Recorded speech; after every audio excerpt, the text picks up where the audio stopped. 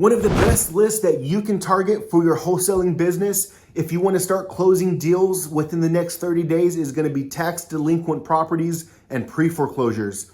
You can get tax delinquent properties pretty easily. This is two methods. The first method, you can go over to your tax assessor's website, email the tax assessor and ask them for the list of tax delinquent properties. Now, the problem with doing this method is a lot of the times they're gonna send you a list that's really hard to read and it's gonna be jumbled and it's gonna be really hard to organize a list. There are some counties though that will give you a really good list. It's just gonna be a hit or miss situation. Or you can go over to this website right here. I use this website myself. We pull a ton of tax delinquent properties off this website, and we can actually pull a lot of pre-foreclosures off this website. It is an amazing tool for your business and it's very, very inexpensive. Going after tax delinquent properties is gonna be one of the best ways that you can build your business for wholesaling, and going after pre-foreclosures will get you some really big assignment fees.